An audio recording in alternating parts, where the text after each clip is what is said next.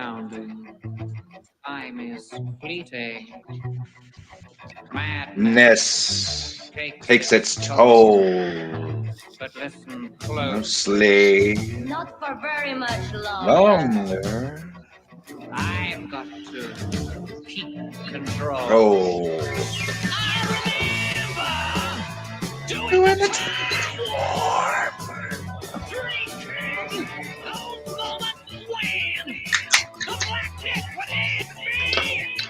It is Halloween, babies.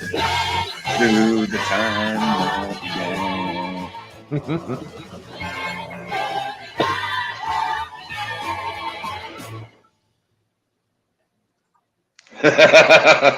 It's Halloween. Cap had to throw in some Rocky Horror Picture Show. October 31st, week 34, RAWBall podcast. God bless Tim Curry. God bless Rocky Horror Picture Show.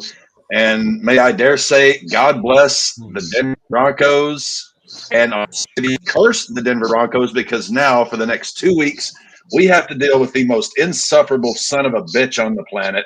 Oh, you are so fucking right about that. Oh my God. Well, today was the trade. It's Halloween. It's the trade dedeadline. Is it the first trade deadline on Halloween? No, probably not. It's not a scoregami thing. We're going to get into. We're going to let Matthew have his time later on. So tickle thy nips, get them nice and perky. Oh fuck! Be the Apple Store employee from South Park. We know you are. Oh, God, I forgot about the cable. Oh, it's cable. That's what it was. Yeah. We are coming into week 9 of the NFL season. This shit is flying by fast. Very, very we're fast. through. I mean, we got 6 games to go, or 6 weeks to go. 6 weeks to go in the fantasy before we hit the playoffs. We're going to get into that. I got a lot of ground to cover. So let's start with the biggest news of the day.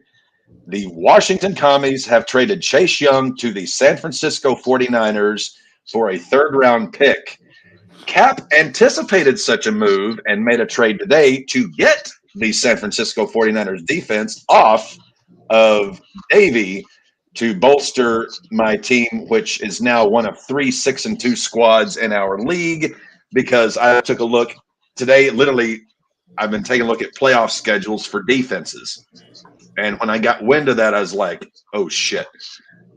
Weeks 15, week 17, they got layups. So you gotta play chess. You can't play checkers with this shit. You gotta play chess. So San Fran made a move.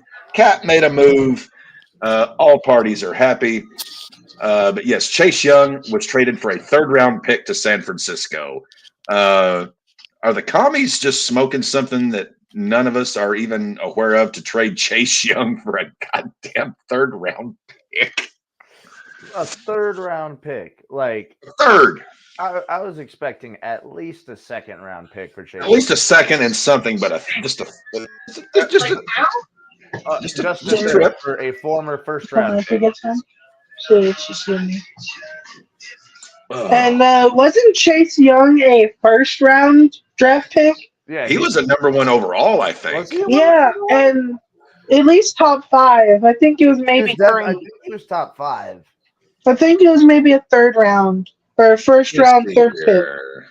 Chase, let me pull up Wikipedia here. Wikipedia. Chase Young was drafted in the. He was the 2nd overall. Chase Young was the 2nd overall.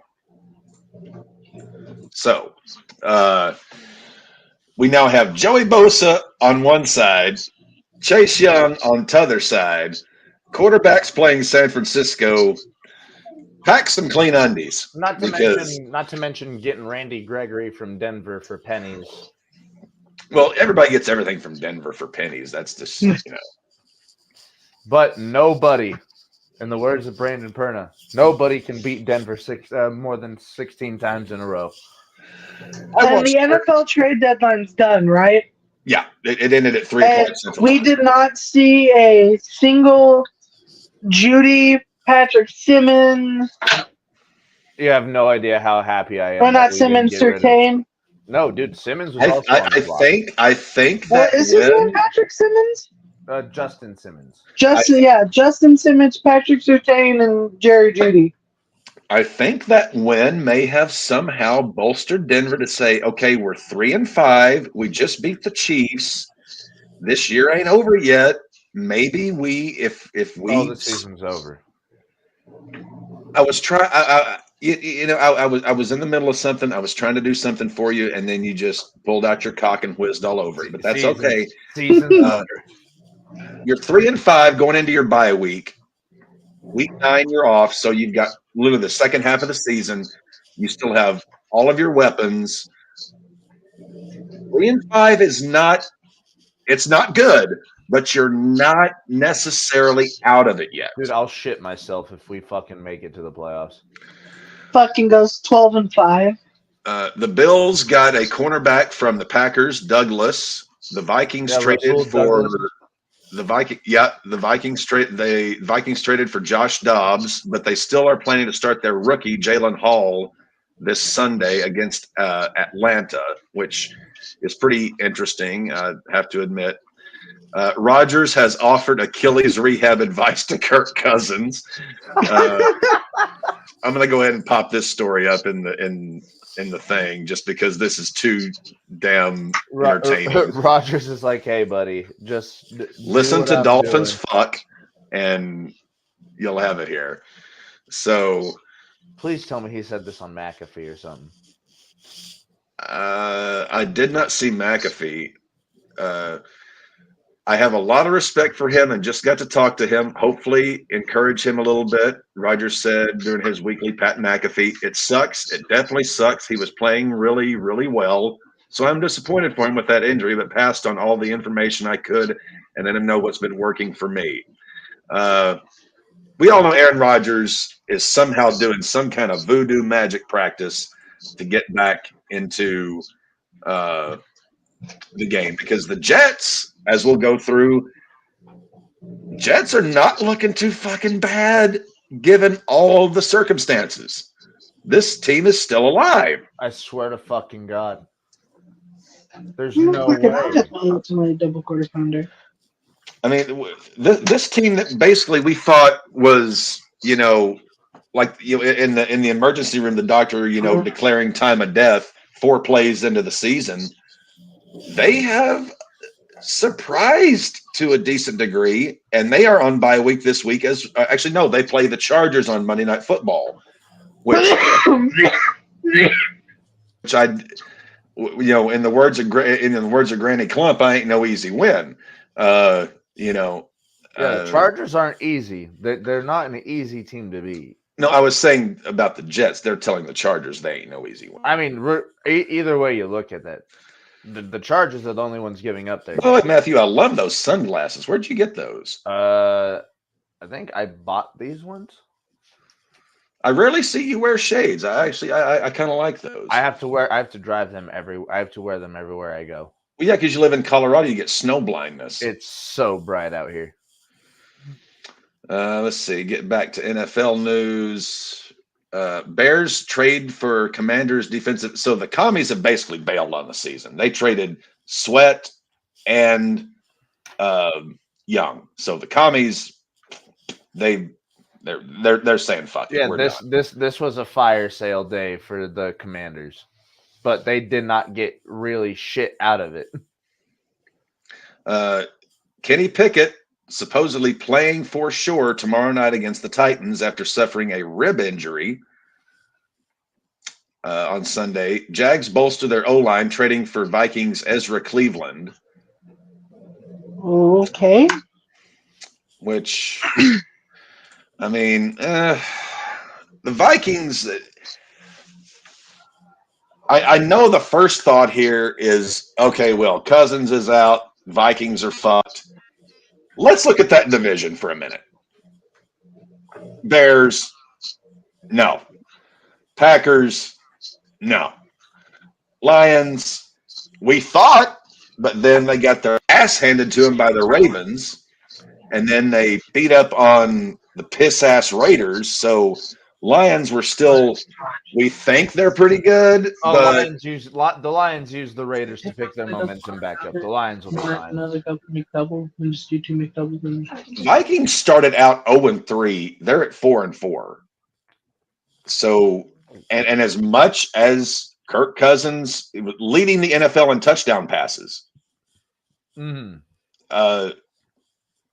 maybe there's more here than what we thought. Maybe there's less. I don't know.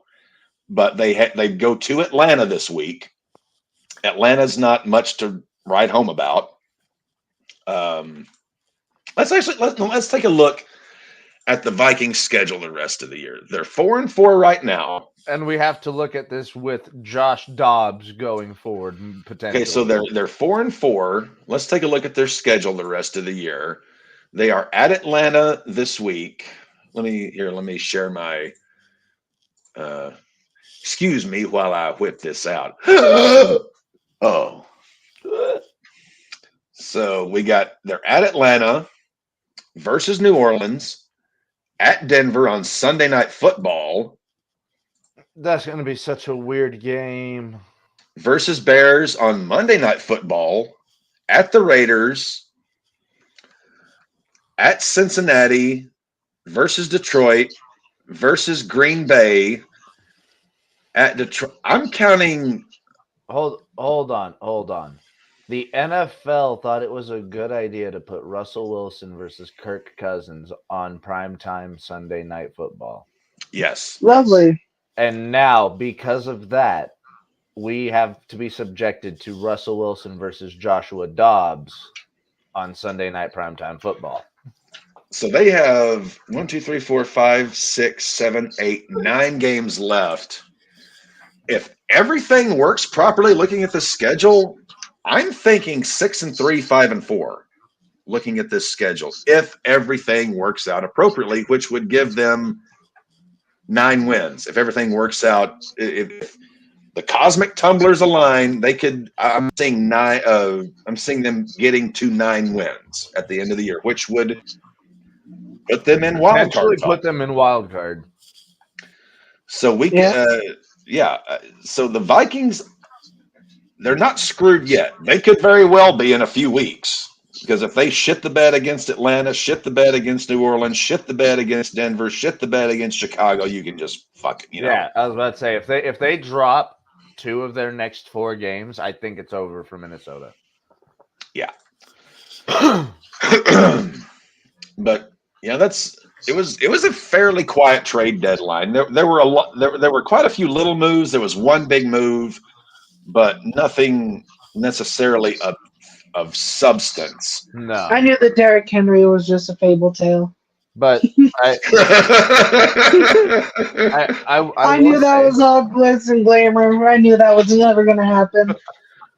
Nothing that good can ever happen to Baltimore. Is that some kind of bias coming from the whole ass grown men because Derrick Henry? No. I wouldn't mind one more egg in my basket of a different color at first. Devin's sitting there going, "There's no way Derrick Henry would be the main part of that offense. He needs to stay in Tennessee." The whole ass grown men. I do have to say, Dev, you have impressed me this year.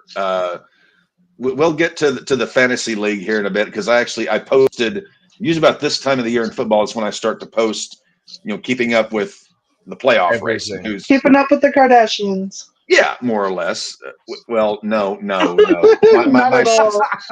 My shit is actually entertaining.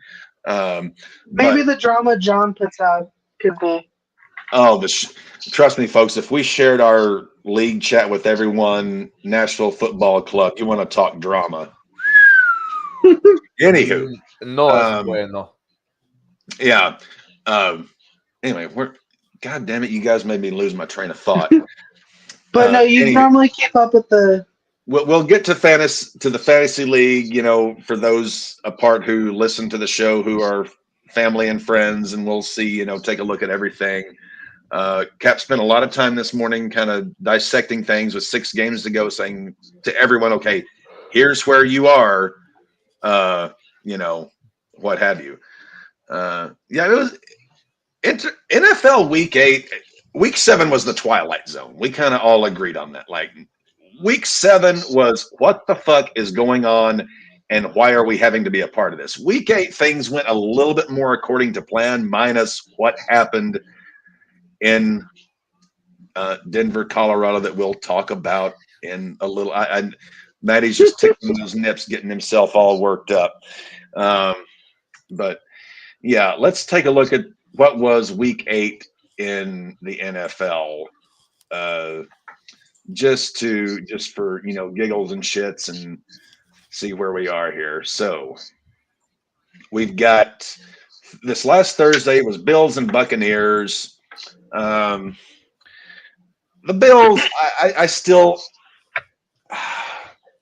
I am still not buying the Bills. They have been so. The Bills have been the most up and down team this year that should not have been up and like. They have had no major injuries. They've had no major turnover on their roster, but yet for some reason, this team is not all that impressive. Their record now is 5-3, but they've been barely winning. They should be 7-1 by my guesstitude, but they look who they've lost to. They've lost to the Jets. They've lost to see who else did the Bills lose? They lost Week 1 to the Jets. Did they lose to the Patriots? No, I think they demolished the Patriots. Who? The Bills. The Bills lost to the Pats. They did? They've lost to the Jets. They've lost to the Patriots. They've lost 2 games in division against 2 teams that we thought they were going to beat. To beat the shit out of. Tampa Bay is 3-4. Tampa Bay is kind of, that zone when you first wake up in the morning on your day off, and you kind of wake up, your eyes pop open, you're laying in bed, and you're like, okay, it's my day off. I could go out and I could accomplish A, B, C, D, E, F, G, or I could just lay in this bed and accomplish, fuck all. The Buccaneers are kind of in that state where they're just kind of waking up from this Tom Brady dream they've been in the last few years, and they're trying to decide, okay, do we actually want to try and do something, or are we just going to kind of be the Bucs? I feel like they should be at least 4-4. They really should be 4-4. Smack dead in the center. Well, they couldn't be 4. They've only played 7 games, so they can either be 4-3 or 3-4. Oh yeah, I forgot. I meant 4-3. Odd numbers, Dev. There's odd numbers. There's even numbers. I see in black and white. I swear I taste numbers. I see clearly. All right, on to this. This was truly one of the weirdest weeks in the NFL, and Devin. And then there's this not as weird as Week 7. Week 7 was fucking Twilight Zone. This week things got a little bit more back to. It was a little more balanced, but yeah, you're right. Last week I fucking predicted was gonna be fucked. Devin looked at me as soon as I walked through his front door, and he's like, "It's gonna be a weird week of football. I promise you." Well, see, this second game here, this was one that fucking blew my mind. The Cowboys beat that ass. This one pissed me off. Oh, it pisses me off anytime the Cowboys don't get just ass raped 40-0 But the fact that Rams, 5-2. the Rams are not this bad. The Rams are not this bad. So why did they just get demolished? I mean, I think we were watching Red Zone. We were watching the games unfold. We weren't watching this one, all eyes, but. Stafford Cowboys got hurt, just didn't he? Stafford is supposedly going to play. He's got a dislocated thumb, I think. It's not fractured. It's like a dislocation. So Stafford is probably going to play, but the Rams are now 3-5. They are kind of getting close to do or die time. Like they've got to figure out, okay, are we going to get our shit together and try to make something happen? Or are we just going to, have another year of, well, we got the ring, We got we got one of these. Fuck them picks. We got one of these. Yeah, that is. And I know if John Rice is listening, Nashville Football Club, I still don't buy the Cowboys. But the other thing is, and I think it was Dave that pointed this out on Sunday, or maybe it was something I was watching on the Sunday night pregame show. The Cowboys have a lot more home games the last half of the year than they do away games. And Cowboys are a whole different animal when they're in the world's largest indoor outhouse, as I call Jerry World, versus when they're on the road. So the Cowboys could be making a run. Not that I believe they're going to do anything with it. I pray to God they don't, because I live 5 hours from Dallas. I am in I basically live in this weird twilight zone where I have nothing but Chiefs fans and Cowboys fans around me. And I want them all to just, choke to death while drinking piss. I'd rather deal with Kansas City fans than Denver fans. What the fuck's wrong with Denver fans? They're all stoned. Everything. Well, I will say I have been amongst the chiefdom and I have been amongst the Broncdom. And the chiefdom, and I was in full clad Raider gear at a sports bar on a Sunday. It was Chiefs and Ravens. I got treated far better by the Chiefs fans than I did when I was at Red Rocks wearing a Raiders hat. Well, by Bronco fans. That would be because Raiders fans killed Barrel Guy, but other than that. So I do kind of have to side with Dev here. The Chiefs fans, by the by, have been kinder to me than Broncos fans. Shit, I went to a concert with that Tech Nine was hosting at the Fillmore in Denver, filled with a bunch of KC fans. Those motherfuckers made me feel more welcome than I have living in Colorado since I fucking moved here. Who is Tech Nine? Is that like a submachine gun or something?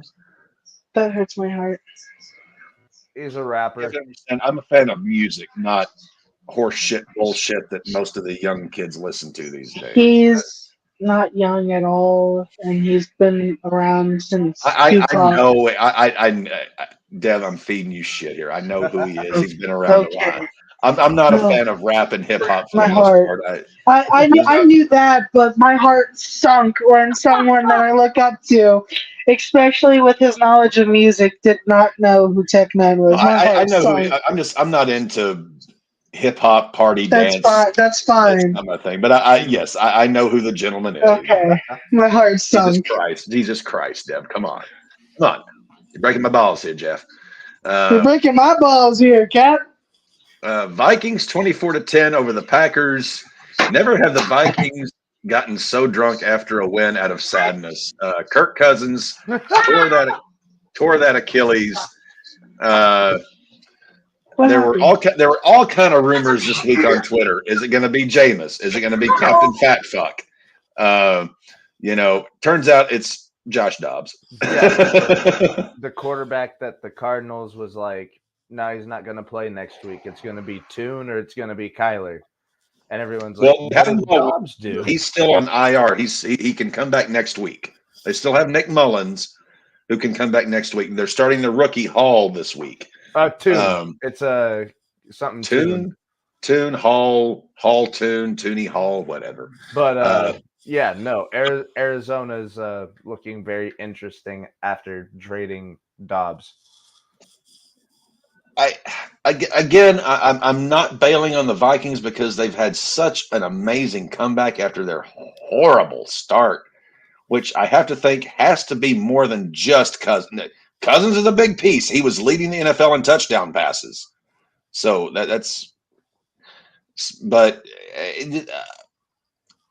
taint over till it's over. But I did love Grossi's video on the Packers Vikings reaction this week. Shout out to Tom Grossi. That made me laugh big time. But yeah, I mean, the Packers are not as good as we thought they would be. The Vikings, who the fuck knows at this point? With the addition of Dobbs, are they going to be better than what they were, or do you think Cousins was? If their defense has been playing fucking stout this year. They haven't gotten a lot of praise and chat, but right now the Vikings have. The Vikings held the Chiefs pretty low too. The Vikings have the number 7 defense in football, very quietly, but they have the number 7 defense in football. Who's the number 1 right now? Dallas. Mm. It is Dallas? Yeah.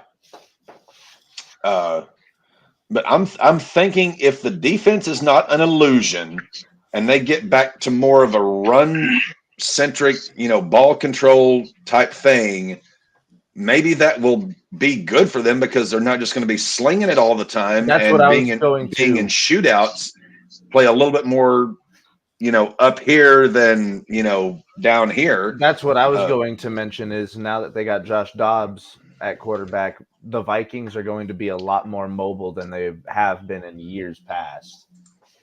Well, yeah, Kirk Cousins. Well, Cousins isn't immobile. He's not immobile, but he's not, a speed. There's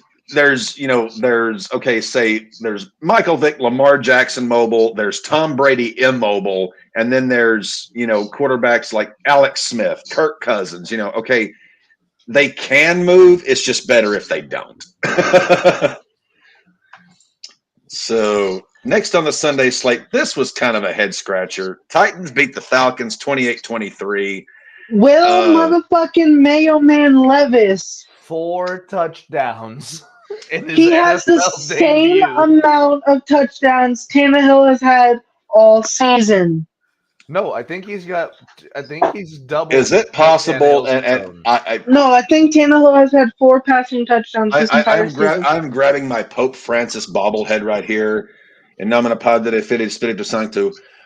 Please tell me that Mayo Man is not going to now become an NFL star because even though my doctor has taken me off of coffee, any man who puts fucking mayonnaise in his goddamn coffee needs to just get the hell out of, sports. If this fucking asshole becomes you do not put mayo in coffee. Cap takes his coffee seriously and hasn't had a cup since March. Show some goddamn respect. Ryan Tannehill has only thrown 2 touchdowns this whole season. Will Levis has thrown 4 in one game. I remember when we were watching the draft, when we were doing our draft, first round draft night coverage, and that motherfucker is sitting there in the green room with a fucking bottle of Hellman, squirting it into his goddamn coffee. Maddie was having a conniption fit. I wanted to throw my own self through the window, and yet his first start. What the fuck? Hey man, as Devin asked, he's like, "Is he a guy?" I hope not. Because he was throwing. He was slinging that. He was slinging that bitch. He was that fucking deluxe on that fucking field. Putting the mayo on that burger. God damn. Fuck up, Dev. Mayo Man was definitely spreading it across that field. Dev, I know you are quite the culinary fellow, as am I. Let me give you a little bit of a hint. If you ever make a burger for me, if mayo or pickles come anywhere near that sandwich, I'm shoving my size 14 straight up here. I forgot you don't like pickles. Pickles are a must on a burger for me. No. You keep mayo and pickles away from my goddamn everything. Yeah. Derrick Henry had a 100-yard game. DeAndre Hopkins caught 3 touchdowns. Apparently, the Titans discovered, hey, we got this guy named D-Hop who was pretty good at one point. And if you throw the ball to him, Apparently, good things can happen. No, what happened is you have a rookie quarterback with a powerful arm who has a Hall of Fame wide receiver who can get open on any fucking cornerback. I wouldn't say D-Hop's HOF. I think he's a Hall of Famer. You think he's HOF? I agree with Matt. He is HOF contender. By the end of his career, right now he's not. By the end of his career, we could see, but right now, no, he ain't HOF. Hall of Famer. The next game, I'm going to let you guys handle this so Cap can drop some ballast. Saints beat the Colts 38-27. This was another head scratcher of a fucking game. And since Matthew's such a fan of Minshew mustache mania, running wild, brother, I'm going to let Matthew take the reins on this one. Dude, why is Minshew doing so good? He's not doing terrible, like by any stretch of the imagination. And this is one of the first games that the Saints have decided to, score fucking points.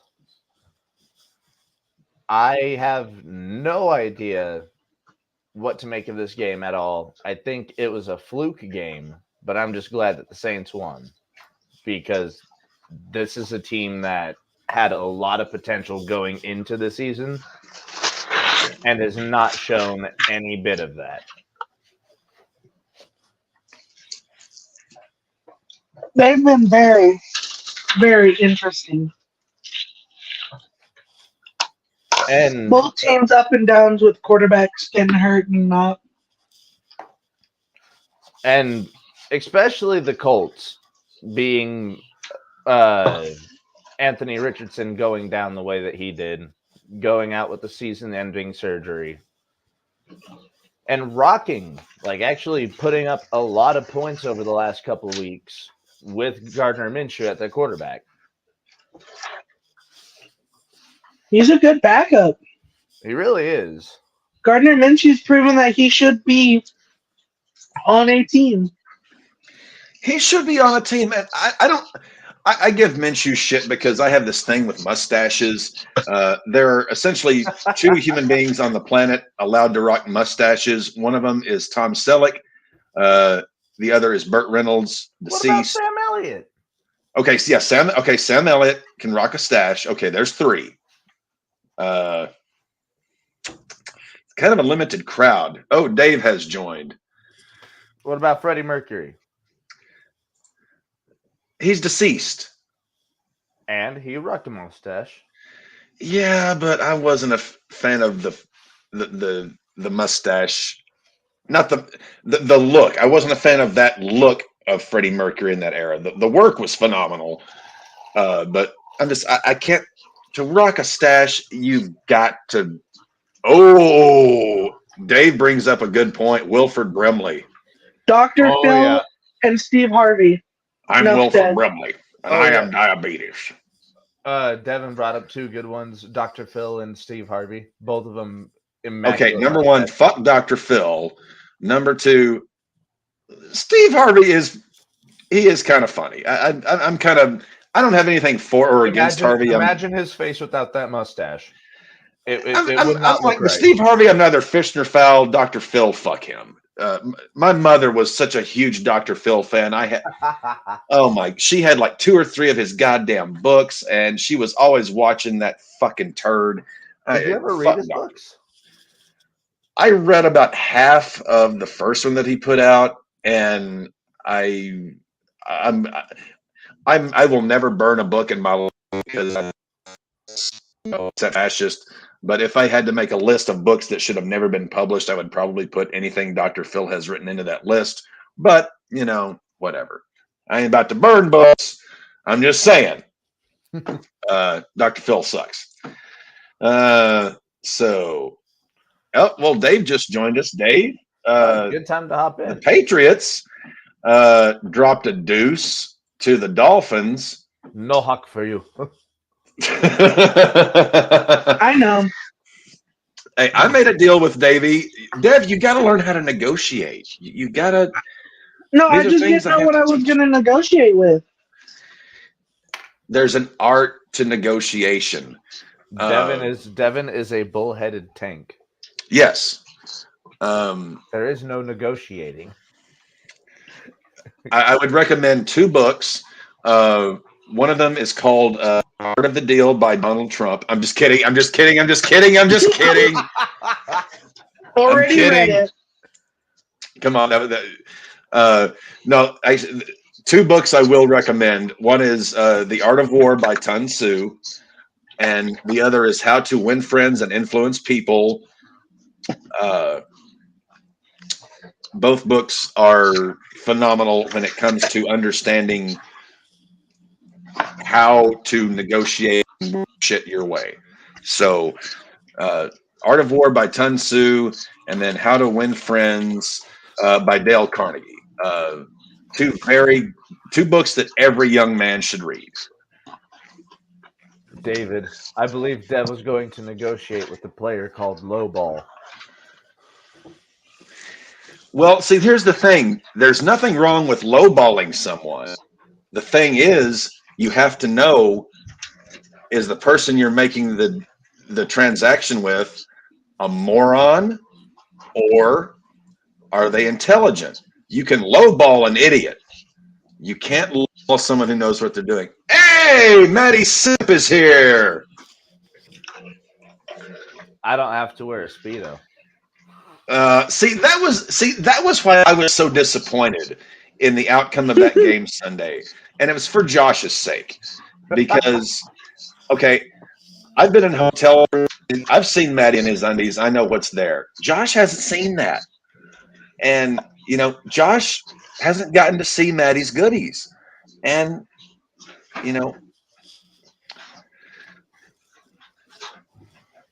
how annoyed the lowball is going to make the person you are in fact trying to lowball. Dev, I think in time you'll understand this. You're a chess player. You have to, you don't go into a game with a particular strategy. You have to play the board and the person you're playing against. So again, highly recommend those 2 books. I was really thinking Davy's offer. I almost did it too. I was just Sun Tzu, Art of War, How to Win Friends and Influence People. Trust me, read them both. They will incredibly help your life. You can get them used on Amazon for pennies.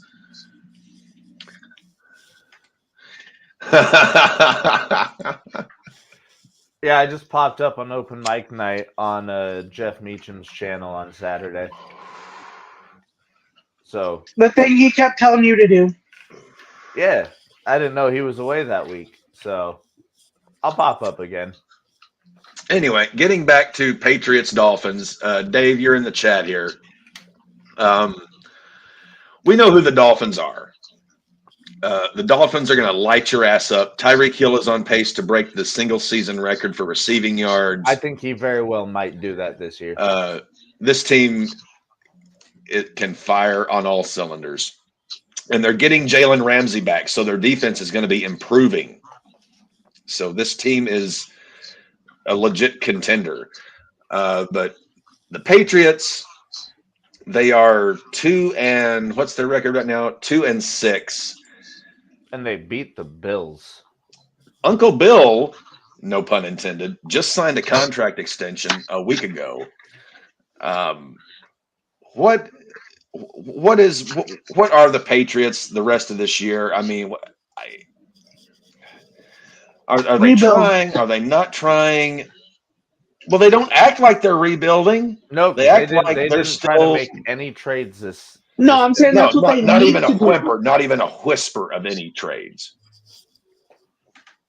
The last one they've gotten was what, Ezekiel? Yep. And they picked him up off of free agency, I'm pretty sure. Yeah, he was released by the Cowboys. I mean, I'm not trying to purposefully shit on McCorkle Jones here. I call him Macadoodle. His name's McCorkle. I don't dislike him. He's just he's a backup. He's not an NFL starter. We love you too, Josh. Josh, you missed. I put up my Pope Francis bobblehead. The Dolphins right now have eclipsed the Bills in that division, and the Pats will finish last by a fair bit, and the Jets will be in the hunt for the final playoff spot with Wilson at quarterback. Dave, Rodgers is going to be back in a couple weeks. No, he's not. Yes, he is. Yes, I'm he full on is. that. I'm full on that Aaron Rodgers hype train right now. A-Rod is coming back. He's been listening to Dolphins Fuck 24/7 in his earbuds. He has been rubbing voodoo crystals and magic healing potions on his Achilles tendon. He has been listening to Shania Twain. This guy is doing everything possible to get himself back in the game. The Browns trade away Donovan Peoples-Jones, but then didn't go to get Jacoby Brissett. You wanted Brissett back? Brissett's back. All right.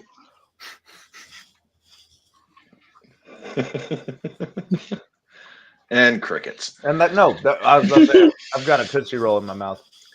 But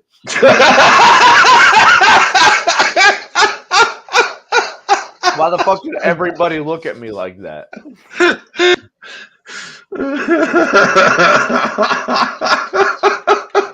Fuck all of y'all. But didn't the commies pay? That's actually the best laugh I've had all day. That actually made some tears flow, Maddie. Thank you for that. I needed that. Didn't the Commanders pay quite a bit of money to bring Jacoby Brissett over to Washington? I honestly, I'm not familiar with the details of the transaction. The commies, I mean, they are just fuck all right now. They are fired. They have given up in so many ways. Jets and Giants, the battle for New York. This one was a real humdinger. Jets come out on top 13-10. This game was a fucking nightmare to watch. Jets fans are calling for Dable's head. Dable has been going on local radio shows saying he's not, he's biding his time. He's waiting for, he's going to bask in the glory. I'm like, what the fuck, dude? Your team is goddamn horse shit. Yeah, that Giants team ain't good. This team is Saquon Barkley and 52 other pieces of rancid, stinking horse shit at this point. Yeah.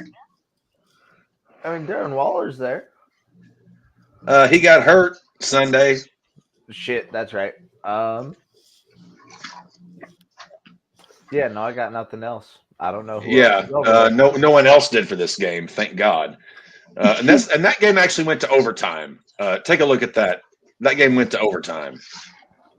This will probably be made into the greatest game by Urinating Tree because it was terrible. Well, speaking of Tree, I wish we had him here.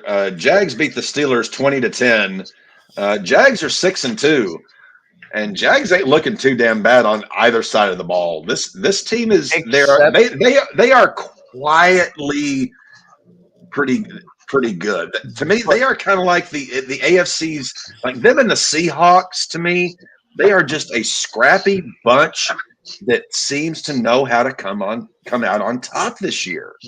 And I love it. I mean, Trevor Lawrence is the most handsome man in pro sports. So I'm more than happy there. But they turn the ball over so much. They do, but they're figuring out what tendency. Gino threw 3 interceptions this week, and they still managed to win. Good point.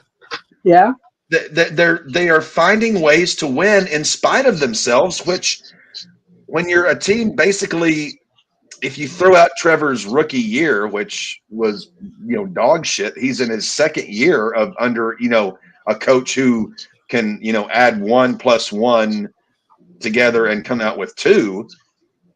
He's essentially in his second year, technically his third, but essentially his second year as a starter, and he's doing pretty damn. The Jaguars are, as a team, the team is working. Whatever they're doing, it's working.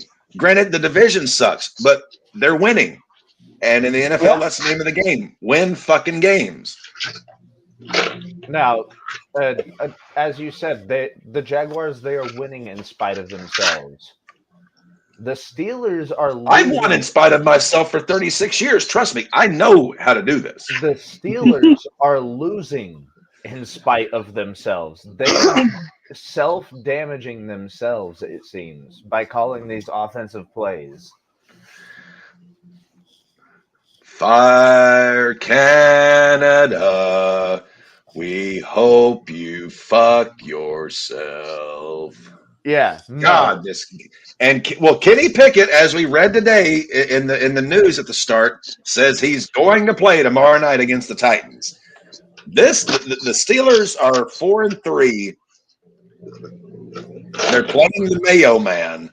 If the Steelers lose this, they drop to 4-4. If they win, they go to 5-3, which they're frauds either way. But a loss here really has you thinking, okay, the Steelers need something.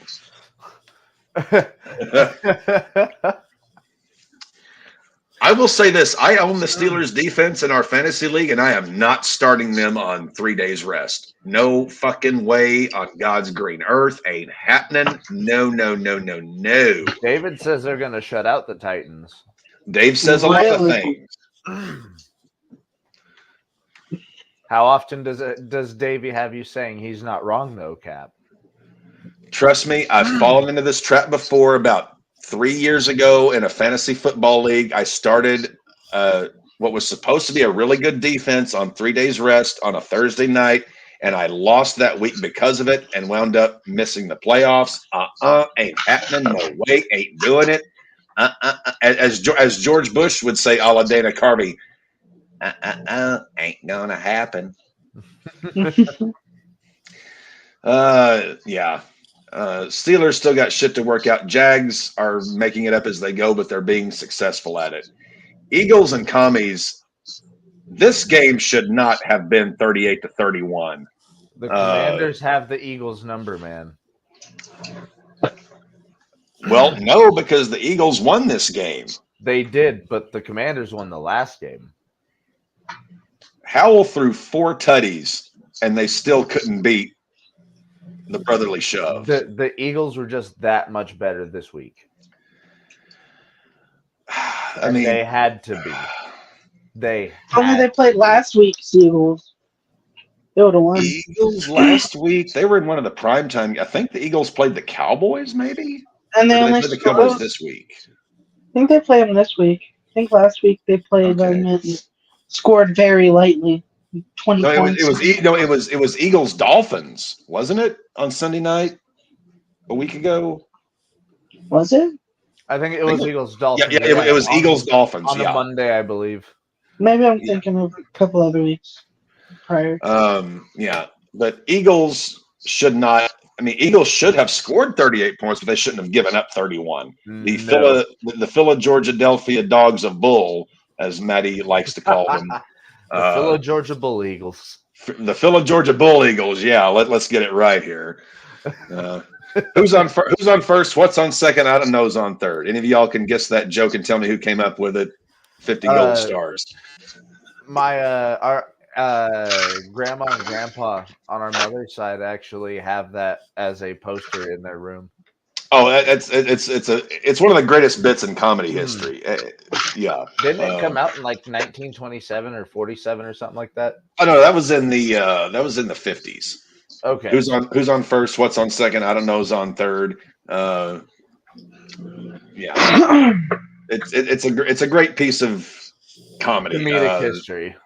Yeah, I would play the entire thing just out of edumacation for all of our younger folk, but I don't want us to get thrown off air. But yeah, this was a game of who's on first, what's on second, I don't know who's on third, because this score should not have happened the way it is. No, not at all. Or the way it was. The way it is. Yeah, 3-7, 7-10, 7-0, 21-14. Yeah, I mean, we were saying while we were watching, doing RAWBall goes red zone, like, what the fuck is happening here? This should not be happening. That 21 in the fourth quarter made sense, but that 14 from Washington didn't. All right. Panthers, Texans. Do we have I to mean, talk about this game? The Panthers. I was about to say, I'm going to be win. eating dinner in about an hour. I don't want to ruin my appetite. Suffice to Panthers say, got their first win. Panthers got their first win. Bryce Young looked pretty good. For the first time this entire season. Yeah. CJ Stroud has cooled off. He's still impressive, though. Still impressed. I'm saying he's cooled off. He's still impressed. I'm not shitting on him. Like, he definitely shows all the promise that a top 3 quarterback, you know, a top 3 drafted quarterback should have. I know I'll let Dev weigh on this because Dev's a huge CJ Stroud fan. I won't say I'm a huge fan of him, but I like his work. You said he was going to be your quarterback if you didn't get Lamar. Shut the fuck up. And I still have him. Why not? You get to play him 1 week when Lamar's on his bye week, which is the same week I play you in 2 weeks. No, I play a fucking Buck on that week. I play. No, I play you in 2 weeks. Isn't that the week the Ravens are off? No, I'm pretty sure we're week 13 or 14. Let me take a look, meow. Let me just take a look, meow. Okay. I'm pretty sure it's Buck. What is my schedule? Okay, I play the whole ass grown men in 2 weeks. That would be week 10 and week 10. Yep, you guys play Cleveland. You host Cleveland that week. All hail the shitbirds. But hopefully here's the key thing, you know. I kind of got this guy named Mark Andrews, so if Lamar throws a bunch of tutties to him, it's just going to cancel out. But what if he throws all of them to Zay Flowers? Yes. Matthew. Gus Edwards running touchdowns. I'm just saying, man. Tucker Gold. I think those leggings you're wearing are squeezing off the blood supply from your brain. They're kind of warm. I don't know why y'all are laughing. Like, these are pretty comfortable. Matty is wearing a pair of his wife's leggings tonight for his Seth Rollins cosplay, which I turned into a Juice Robinson because that shawl was very Juice Rollins, if you will. A Seth Robinson. Robinson. Ohio State is number 1 in the new CFP college football playoff polls. I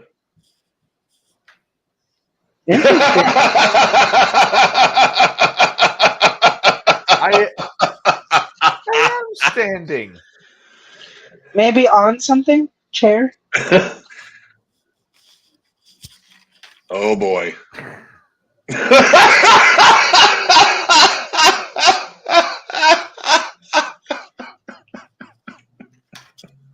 There you go, Josh. You have material for at least the next 2-3 days. I should have stretched before I did that. Matt pulled his Milky Way.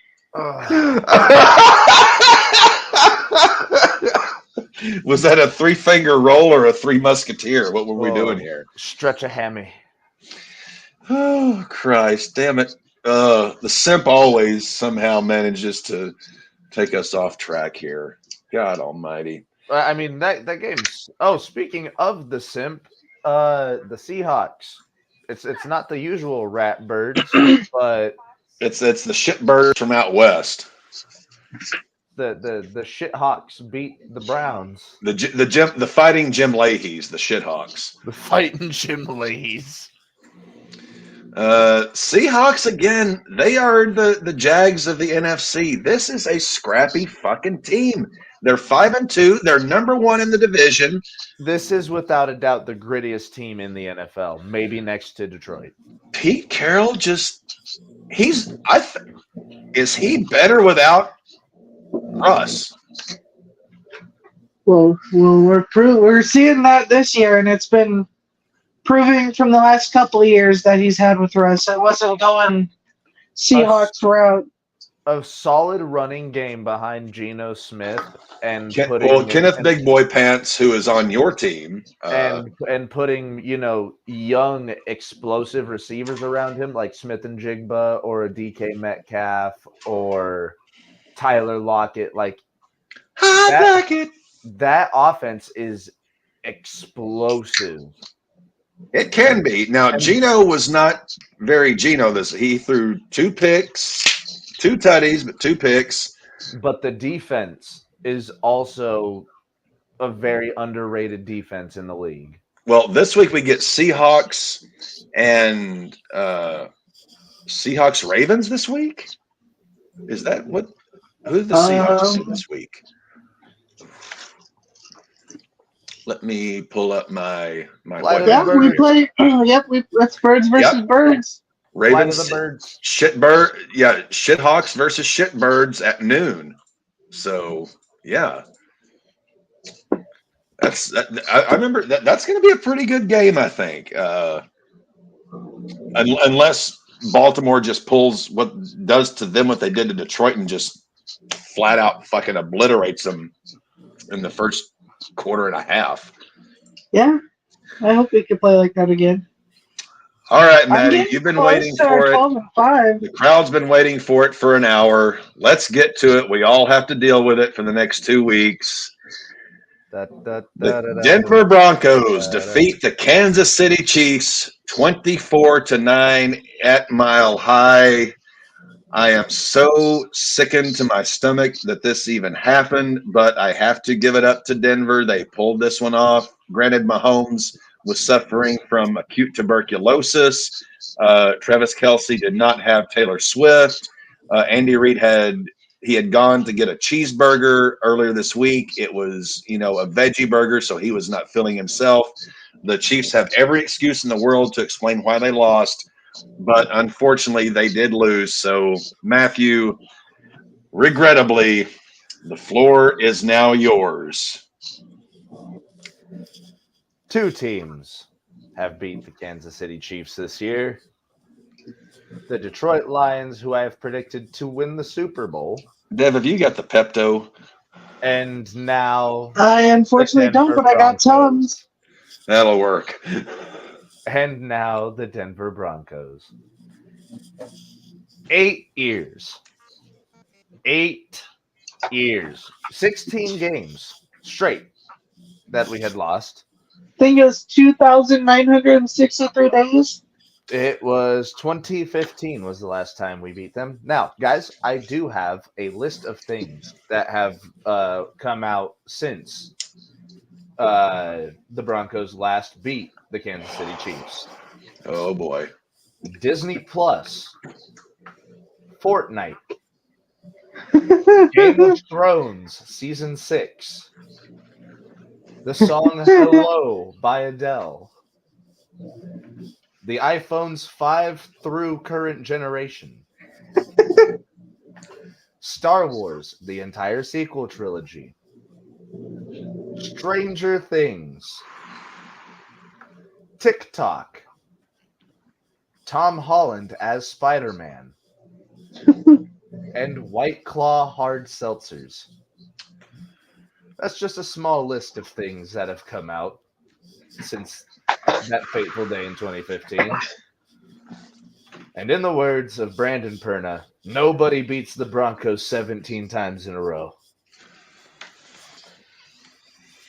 We played Taylor Swift after we beat the Chiefs. It was glorious. I have never been so happy to hear the song Take It Off during a football game. Some could say Casey had a blank space moment during that game. Oh, buddy, euphoric. And as Cap said, yes, no. This week's my bye week. I don't have anything to worry about. Trade deadline didn't take anything away from me. I am very content, very happy. This is going to be a good 2 weeks, and I will proceed to rub it in everybody's face. Mostly Kansas City Chiefs fans, because they truly deserve it.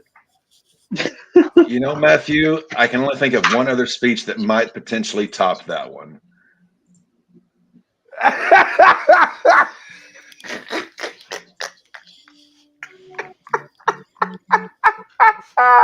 War and 7 years ago, our fathers brought forth on this continent a new nation, conceived in liberty and dedicated to the proposition that all men are created equal.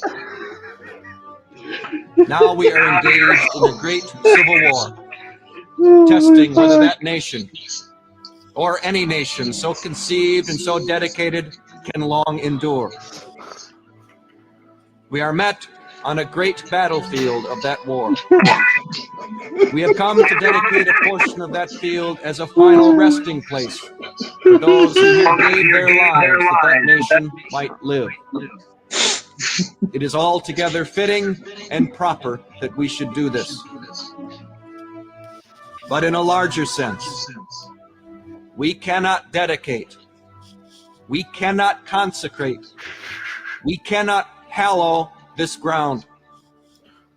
The brave men, living and dead, who struggled here, have consecrated it far above our poor power to add or detract. The world will little note nor long remember what we say here, but it can never forget what they did here. It is for us, the living, rather, to be dedicated here to the unfinished work which they who fought here have thus far so nobly advanced. It is rather for us to be here, dedicated to the great task remaining before us, that from these honored dead we take increased devotion to that cause for which they gave the last full measure of devotion. That we here highly resolve that these dead shall not have died in vain. That this nation, under God, shall have a new birth of freedom, and that government of the people, by the people, for the people, shall not perish from the earth. Yeah, Broncos Maddie, County. That's right. Yeah, Maddie, I think you and Abe Lincoln got a little something going on there. You think? You know those AIs that are going around? I would love to hear Russell Wilson say that. You think Abe Lincoln would have done that wearing a splatter paint spandex? Just a thought. Sorry, Maddie, I had to upstage you there a little bit with Abe's arguably the greatest speech of all time. Oh, it's okay. The passion with which you were delivering that. I'm going to now refer to it as the Kansas City address. I could have given a shit less if Taylor was there. I could have given a shit less that Mahomes was sick. Man's walked into the building holding a bottle of Mucinex. Theraflu. He walked in the building holding a bottle of Theraflu. I don't give a shit what your excuse was. You don't play. Just don't play. You realize there were 58, that there were as many casualties in 3 days at Gettysburg as there were in the entire Vietnam War, and Matty somehow managed to make this Broncos win. He and somehow managed to make this Broncos win seem on the same par as that. This is the Super Bowl. At this point, I don't care about I told both of you boys. We have 2 more weeks of this to put up with, Dev. I told you boys. It's a great start. I told you boys, Broncos were making it to the Super Bowl, and that was the Super Bowl. We just won it. We won the Super Bowl. Fucking Abraham Lincoln. Denver won the Super Bowl, but got Super Bowl guys. I am crying. I'm crying. I was laughing so hard because I'll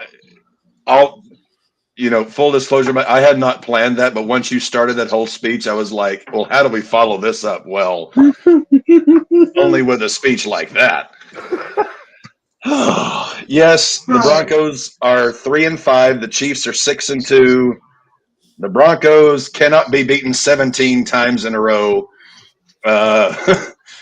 Maddie is going to have a 2 weeks long erection. I was saying if you watched RAWBall goes Red Zone on Sunday, I do not know how this is happening. Like this is. I think I was in denial. Yeah, it was that game was a blur for the both of us. That game was interesting. Whew. Well, Maddie, do you have anything else you want to add? Because you've got two more weeks. Anything else? No. You're good for now. You're good for okay. I'm good for right now. Just continue to follow me on Twitter. See the shit I say on Greg's show. See the shit I say throughout the week.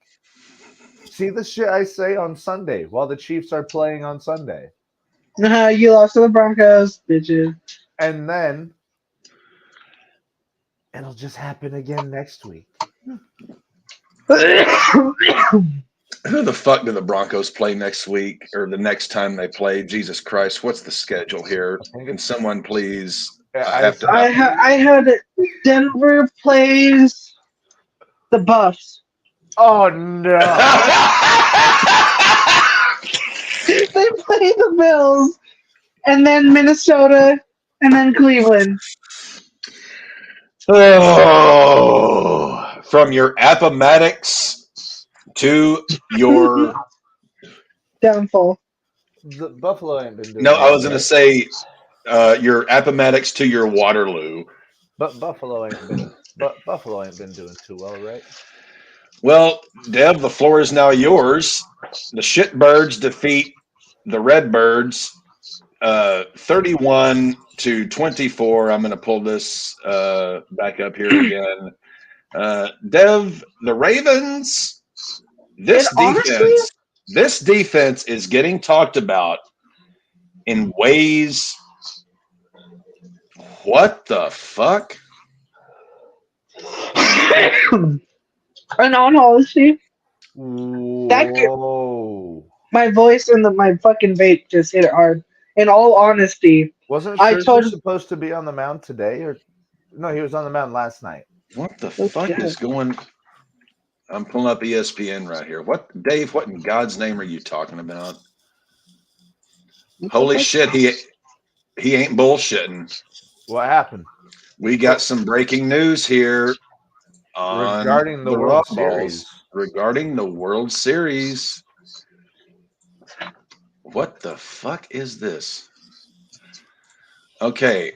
Adolis Garcia and Max Scherzer have been removed from the Texas Rangers postseason roster and will miss the remainder of the World Series. The team announced on Tuesday ahead of Game 4. The Rangers are ahead 2-1. Bruce Bochy said, quote, Garcia has a moderate strain of the oblique, an injury he suffered. Scherzer's back locked up on him in the third inning of his Game 3 start. So the Rangers are now without their one for the remainder of the World Series. This is a damn interesting World Series. And Scherzer back locked up during the third inning during yesterday's start. You know what it was? He refused to meet with President Bush before the game. No.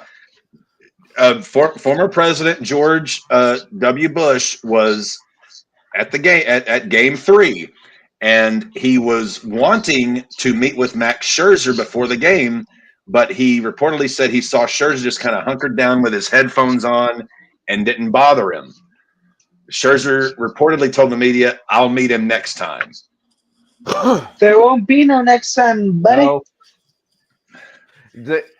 I don't think Bush understands who Scherzer is. Strategery. Scherzer is a strategery.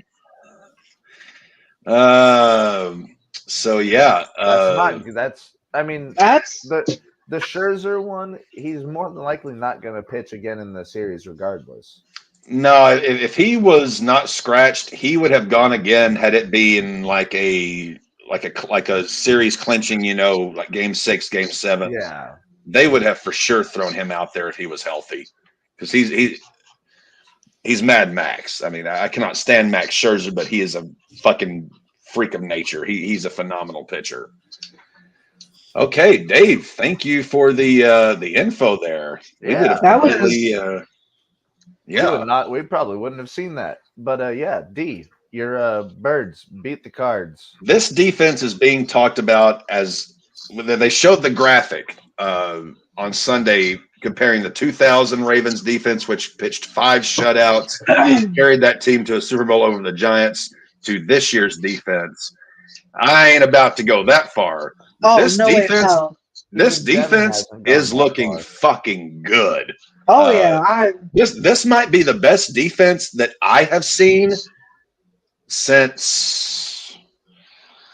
Oh gosh. I'll go as far to say that this is one of the better defenses I've seen since the Denver's Super Bowl team.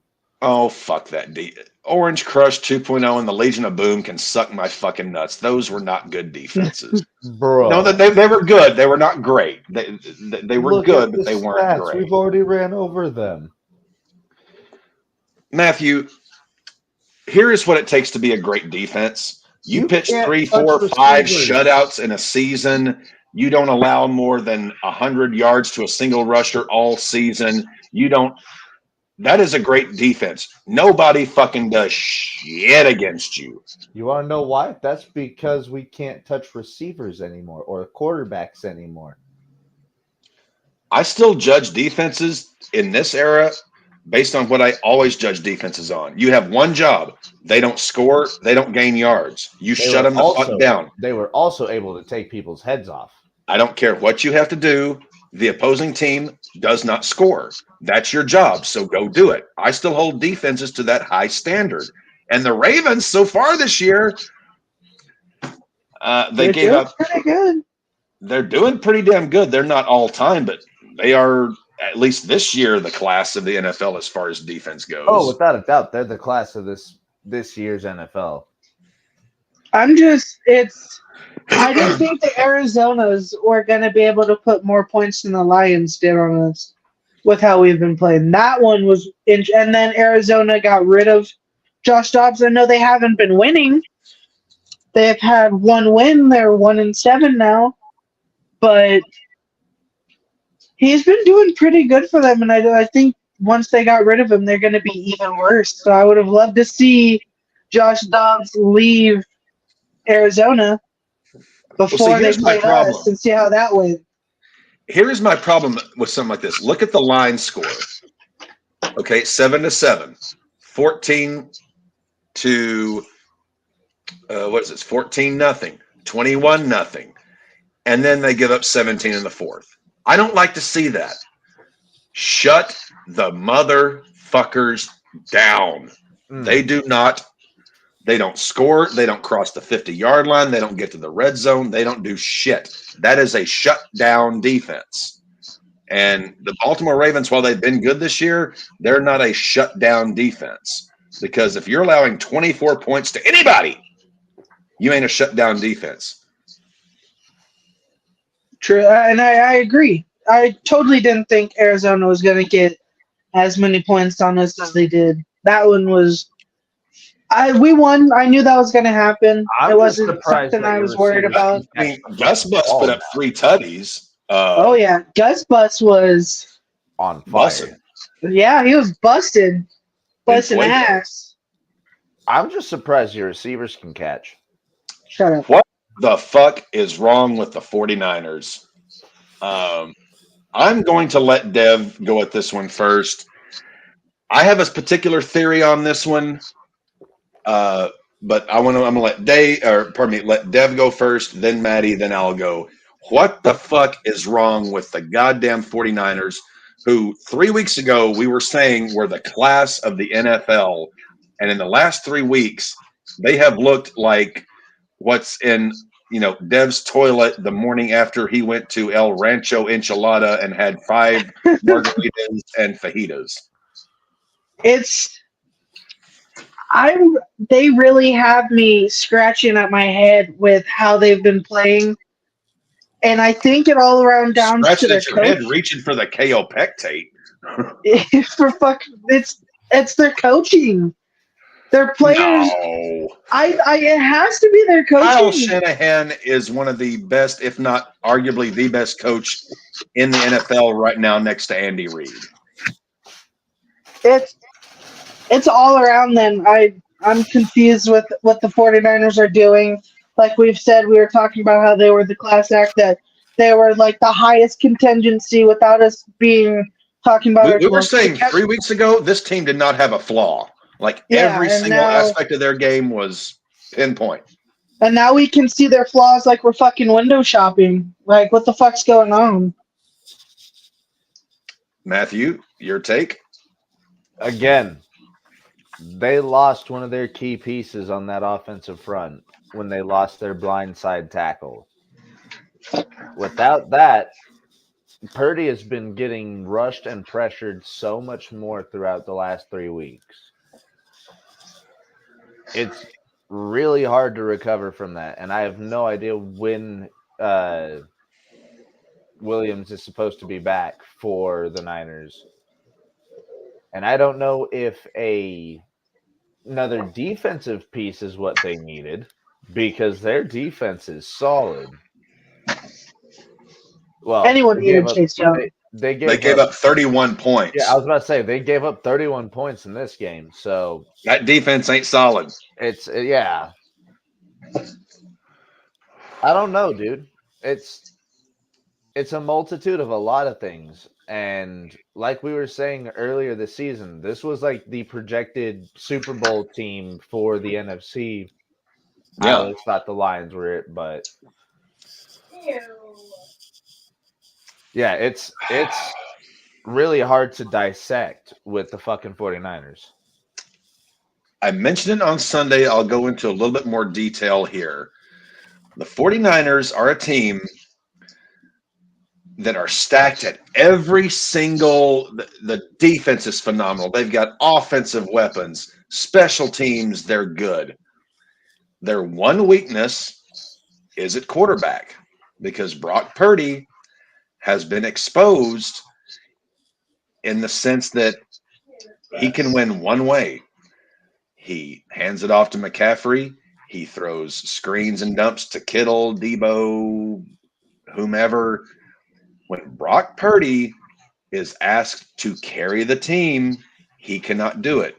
San Fran has one formula to win games, and it's a great formula. It's a phenomenal. They have the talent to do it, because they've shown us for the last year and a half they know how to do it. But they cannot afford to get behind in games, because the way they are structured from top to bottom, this team is a run it down your throat, short little dump offs, control the clock, score points, let the defense manhandle your ass, and they come out on top. Lately, ever since they blew their load on Dallas, this team has not been the same. They got a bit of a wafting bit of arrogance, as Rick Martel may have once sprayed into the air. They are forgetting who they are and thinking they are something they are not. The San Francisco 49ers, if they do things a certain way, yes, they are a damn near unbeatable team. But they have to do things that way every single game, and they have the personnel to make it happen. And adding Chase Young further reinforces that. The defense absolutely murders and shuts down the opposing team's offense. Purdy manages the game. They score 24, 30 points. This is how this team wins. When they don't do that, we get what we've gotten the last 3 weeks. The Niners need what has been in football or in whatever circles, they come to Jesus meeting. Let's remember who we are. Mm-hmm. We're the San Francisco 49ers with a second-year quarterback who ain't that great yet. He's pretty good. He can be pretty good. But he's not elite. We've been getting away from the recipe. We have to remember the recipe for this stew. It's a great tasting stew when we put everything in just the way, in the right proportions, the right simmer time, this particular cut of beef, this amount of veggies, whatever. They have to get back to doing that, because if they start trying to do anything other than that, they are going to keep on this downward spiral. And right now, they are second place to the Seahawks. And the Seahawks are a scrappy bunch. And they still have to play the Seahawks twice, if I understand correctly. I think so. Seahawks ain't going to be no easy win. 49ers got to get back to being the 49ers, not trying to be what they think they are, need to get back to being who they are. Yeah. And So the Bengals, Seattle. the Bengals were just firing on all cylinders this game as well. Jamar Chase wasn't much of a factor. I mean, he was there, but No, this it was the other receivers. I'm open all the And Joe time. Mixon. Yeah, trust me. I used to work at Waffle House, you cocksucker. You're just as vulnerable as any other wide receiver. This was Joe Burrow game. Yeah, he was. He wasn't flashy, but he was consistent. He completed his passes. He got the ball to the right guy. The defense did enough to shut them down. They picked off Purdy twice. They did. This was the Bengals being the Bengals, and the Niners not being the Niners. Exactly. If both teams played the opposite of that, if the Niners were the Niners and the Bengals weren't the Bengals, you could flip this score, and that would have been the final on Sunday. Bears and Chargers on Sunday night. The Bears are dog shit. I'm embarrassed that the Raiders lost to them. Bears are terrible. But they've got the first two. Right now, they have the first two picks in the draft next year. Lest we forget, they have the first two picks. Do they shoot for Caleb Williams if they just tank the rest of the season? And if so, do they trade Justin Fields away to get another high-end draft pick? It would not be unprecedented, but because imagine if they go into the draft with 1, 2, and like 15 or 16 by trading away Justin Fields. I still don't think it's going to matter because the Bears could fuck up an iron anvil. You hand them, the most perfect situation possible, and the Bears are going to Bears it because that's what they do. They fuck things up. But and I don't think Justin Fields is inoperable. No, he's not. I don't think he's a lost cause. He's hurt, and he should be back next week. Not this coming week, but the week he should. I want to say he should be back next week. The second half of the season, but we're past the trade deadline, so we'll see how Fields does this second half of the season. I don't think he's a lost cause. I think there's too much talent there to write this thing off.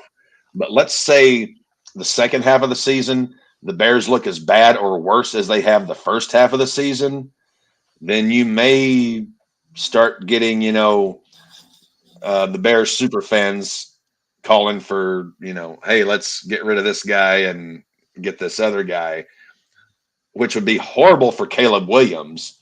Oh, yeah, that is not where he needs to go. No, Caleb needs to come to Las Vegas. Caleb needs to be a Raider so that we can ruin him the Raider way rather than going to Chicago and being ruined the Chicago way. So you want him to go the Jamarcus Russell route? Put on like 150 pounds over off season and come back completely a different person? As a Raider fan, I would love to have Caleb Williams as our new star boy. And while deep inside that little pilot light, that little flicker, that little flame of hope that I still have would be like, fuck yes, we got Caleb Williams. We're gonna get rid of Josh McDaniels. We're gonna somehow we're gonna keep Devontae. We're gonna get an offensive line. We're gonna keep Max Trupp. We're gonna build a defense. We're gonna give us 2-3. We're gonna be in the Super Bowls. that little pilot light, that little flicker of hope in me. But then, I get the big, reality check. The reality check that if this team under present coaching and management ownership was handed the 85 Bears, the 2007 Patriots, the insert greatest team of all time, we would still fuck it up because we're the Raiders and we have completely forgotten how to do anything right. I mean, how many Super Bowls do you guys have, and when did you get them? We got 3. We got one in we got one under John Madden, and then we got 2 after he left. So we've got 3. We've been to, I think we're 3 of 4 in Super Bowls we've been to. If I'd have to, I know we lost that one to Tampa Bay because essentially Tampa Bay had our playbook and Bill Callahan is a schmuck. But yeah, we've won 3 Super Bowls. Look, here's the thing. Al Davis was arguably, during his time before he went batshit, the greatest owner the NFL had ever seen. And then once he lost his goddamn marbles, and then that twit son of his took over the team, we've been horrible for a quarter century, and there's no other way to put it. We had one shining year, 2016, when we had David Carr as an MVP candidate. We were just rolling. Then he played the Titans and suffered a broken leg, and that was so. I felt so bad for Raiders fans at that point. Oh, our playoff game that year against Houston and Brock Osweiler fell on my birthday, and my brother threw me a nice birthday party at his house. But it was kind of overshadowed by the fact that I'm watching my team fucking die. So as much as I want Caleb, as much as I have these hopes and dreams, I have to kind of live vicariously on my Madden PlayStation as far as the Raiders being relevant. It ain't going to happen as long as Mark Davis owns this team, because that bowl cut buffoon doesn't know his ass from a hole in the ground. Josh McDaniels couldn't stick his thumb up his ass in 3 tries. This team is shit, and we're going to be shit for a good long while. And as much as I would love to get Caleb, if we get him at this point, we're just going to ruin him. But it would be nice for about 6 months, just thinking, oh, it's going to be great. And no, we're the Raiders. And by the end of it, you're going to go, stop, he's already dead. Yeah, something like that. Or more like, when Tree does his injury call at the end of each sports ball, bring out your dad. Well, speaking of the Raiders, Monday night, the Lions just, stuck their foot up our ass and broke it off. Did you expect anything less after what Fuck the Raiders no. did to them? I'm actually surprised it was as close as it was.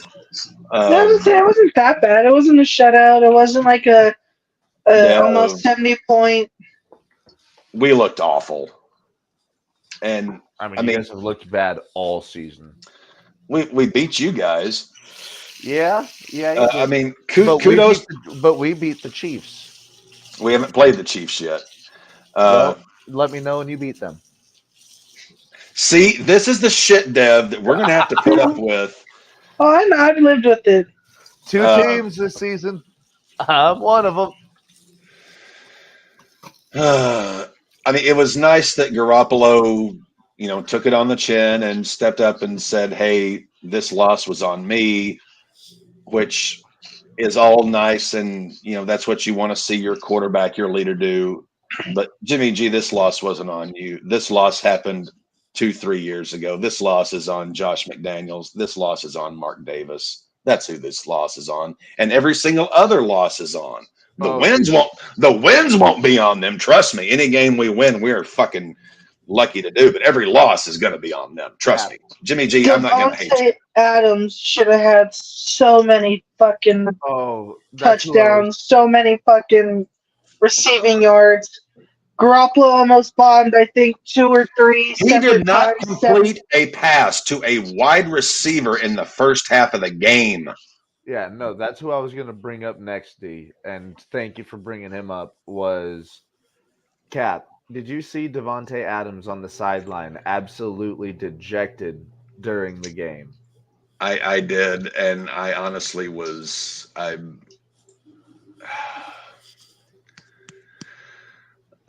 felt I felt as bad for Devontae as I felt for any other player. That it's not unprecedented what Devontae did in the situation he went into, and then how the situation just got totally butt fucked, and things went to hell.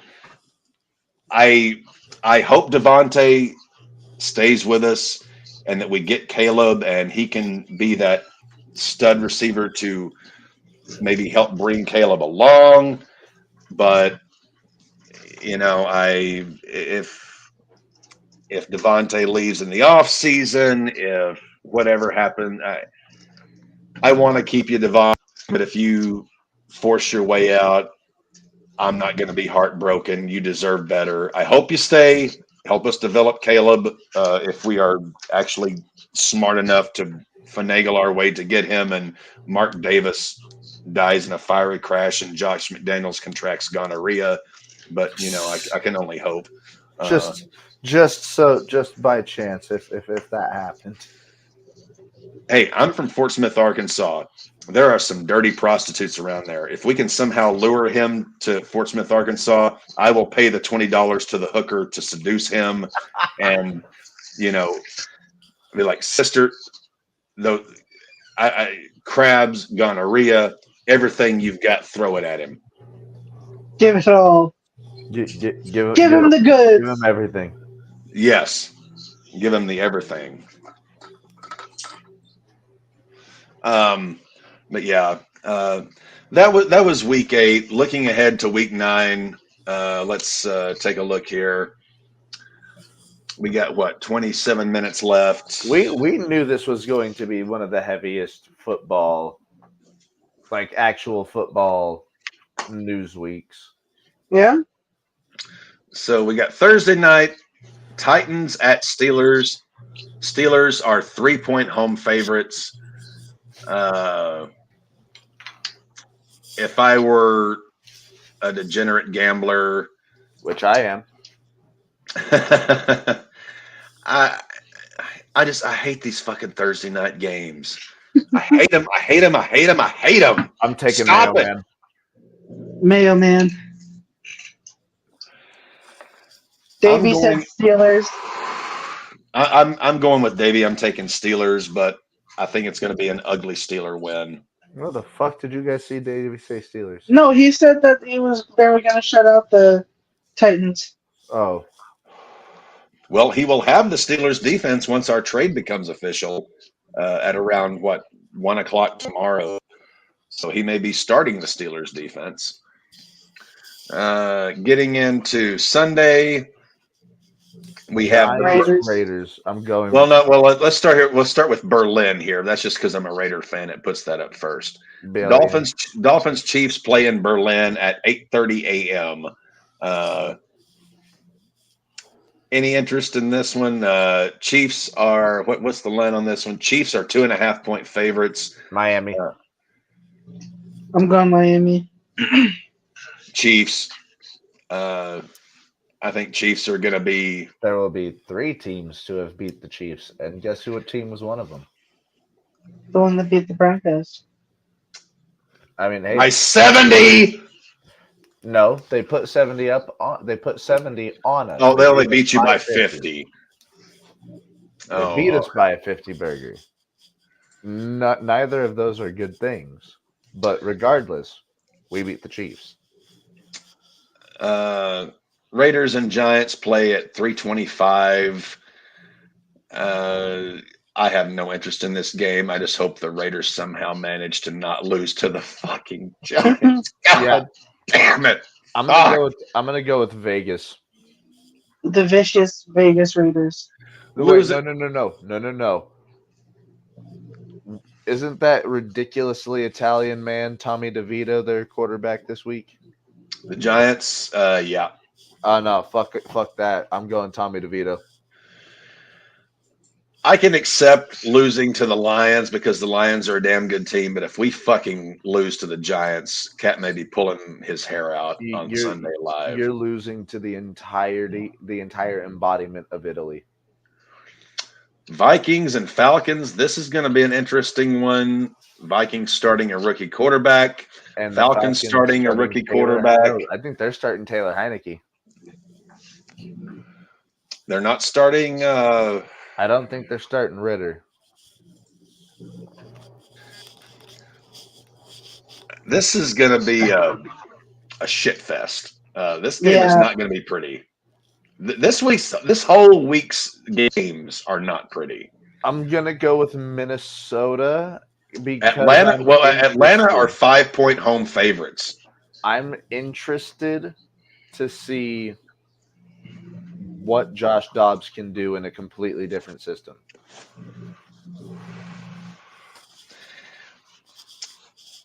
Falcons are 5-point home favorites.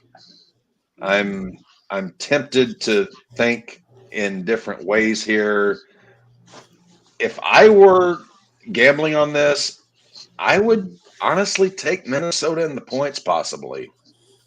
I would be like, I'm going with Maddie with the reason of Josh Dobbs going into a new system. But yeah, I mean, it's just it ain't pretty no matter how you want to look at it. Cardinals at the Browns. Browns are 8-point home favorites. I don't know. Mansfield will like for that. The Cardinals. It could be Dev. Yeah, Devin. Rate this. Are you going to be throwing the ball out in Arizona? Has No. Arizona secretly signed you? No.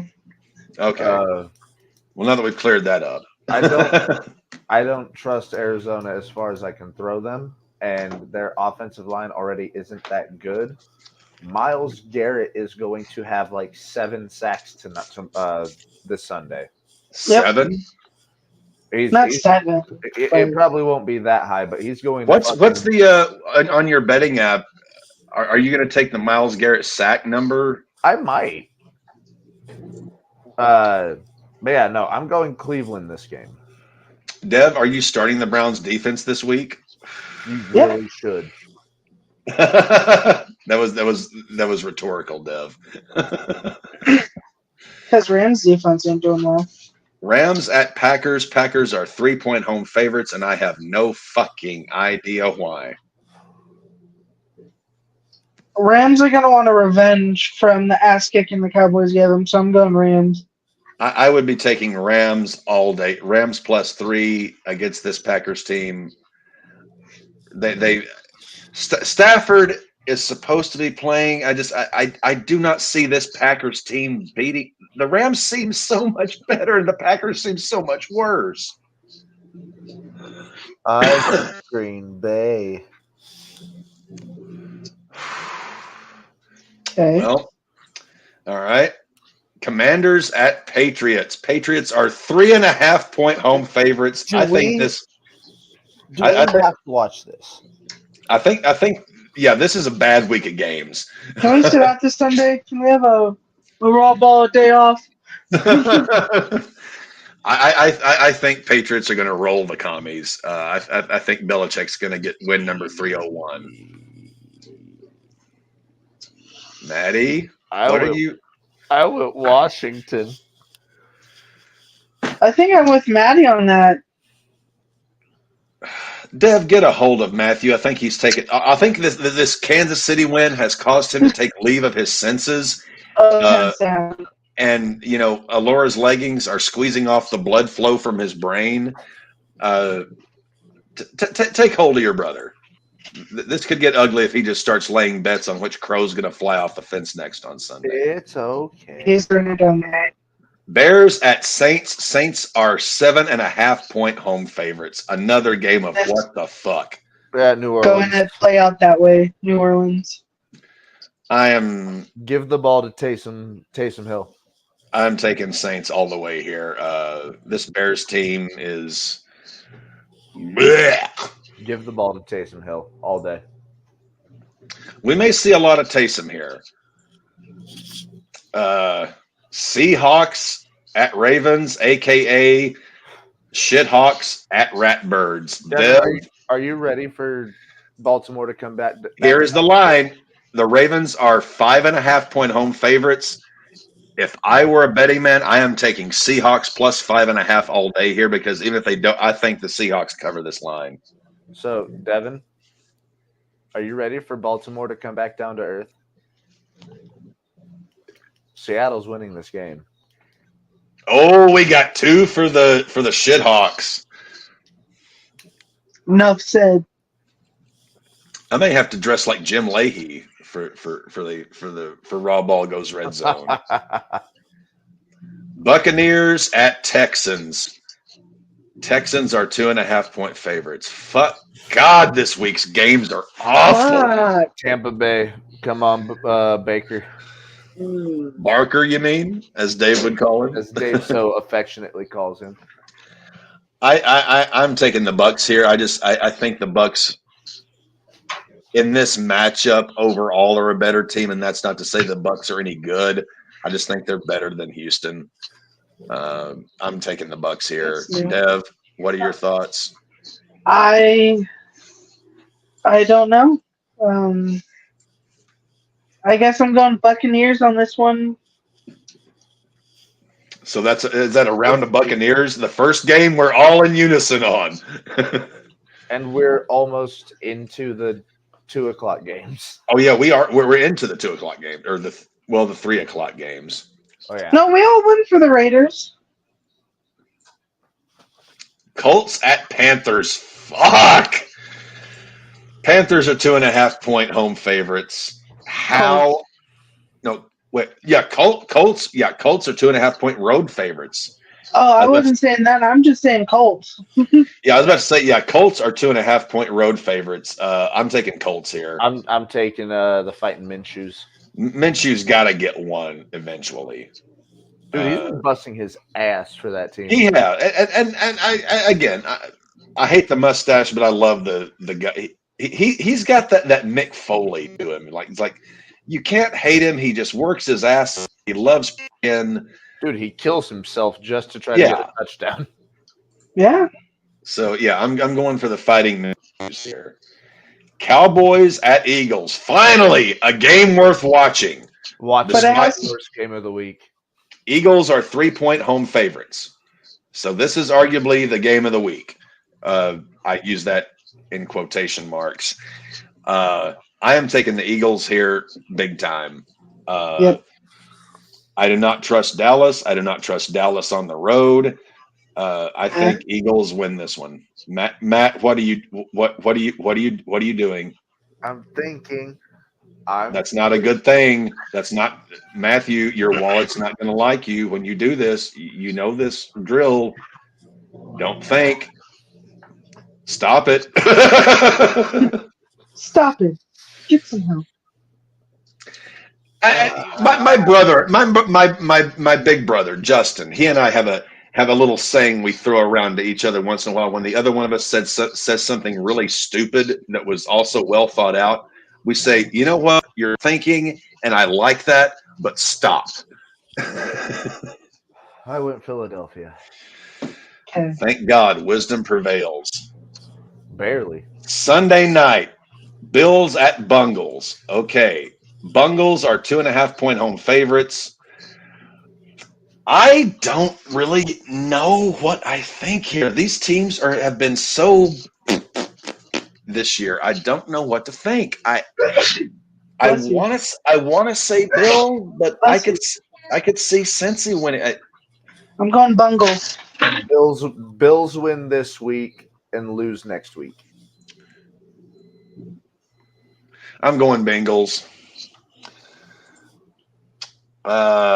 Then Monday night, Chargers at Jets. Why are we subjected to this shit in prime time? Chargers are 3-point road favorites. Jets. Here's the problem. On paper, the Chargers should shove their foot up the Jets' ass and win by 30. But we know that ain't going to happen. We know this is going to be a game of bullshit. And that's why I've picked the New York Jets. Oh, for fuck all Same. God.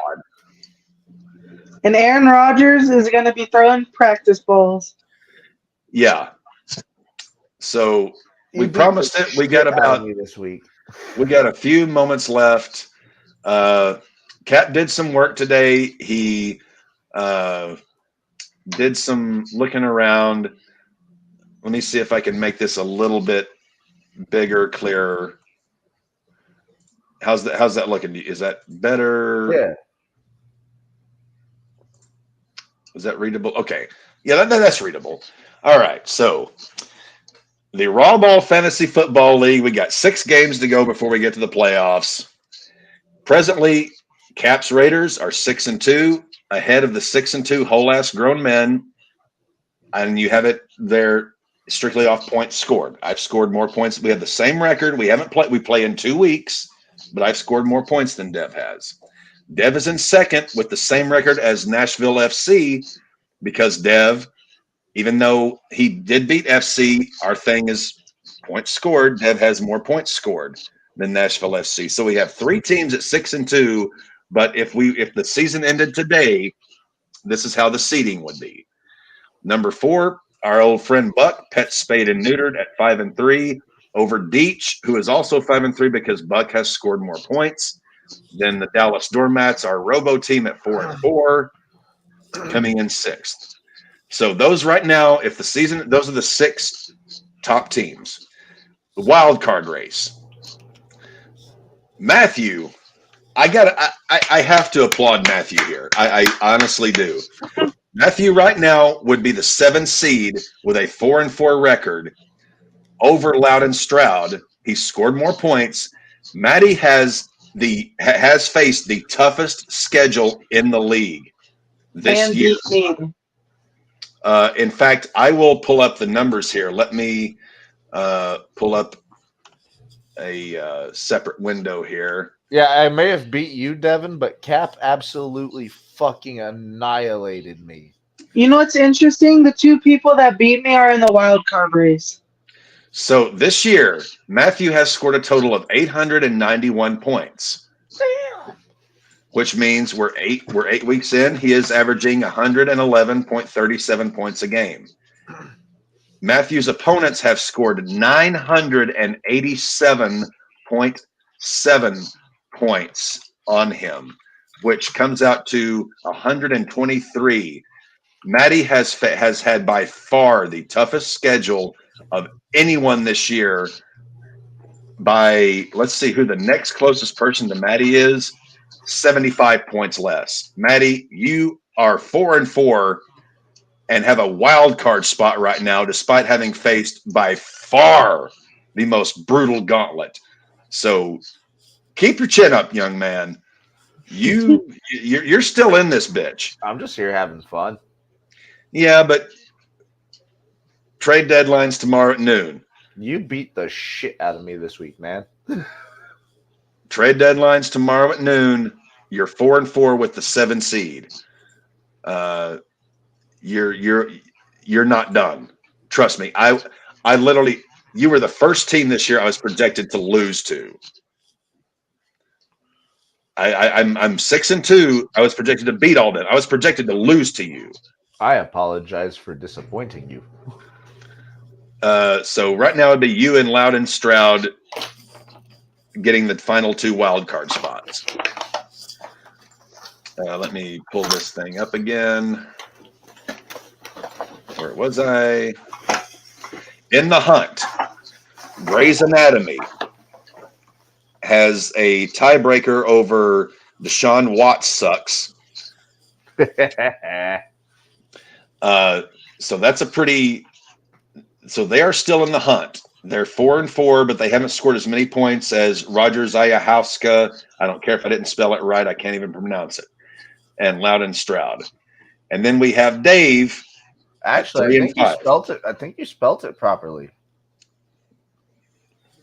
Hey, that's what caffeine does for you early in the morning. Then we have Dave at 3-5. I put Dave in the hunt column because he's had a bit of a rough schedule too. Dave is almost in must-win territory this week. Dave plays. Who does Dave play? It plays me again. Eventually. Scoreboard. This week, Dave plays Loud and Stroud, which is that ain't no easy win. So Dave really needs a win this week. Otherwise, if Dave winds up 3-6 and Stroud is 5-4, Dave may be on the outside looking in. And then we have the teams who are basically eliminated: Logan Johnson, Big Poppy Caesar, and the West Fork Virgins. They haven't scored the points. They don't have the record. They just got too tough of a hole to climb out of. So Dave is hanging on by a thread. Then we got a pretty interesting wild card race, and then we got the guys at the top. But we got 6 games to go. I just Maddie, need to stay steady.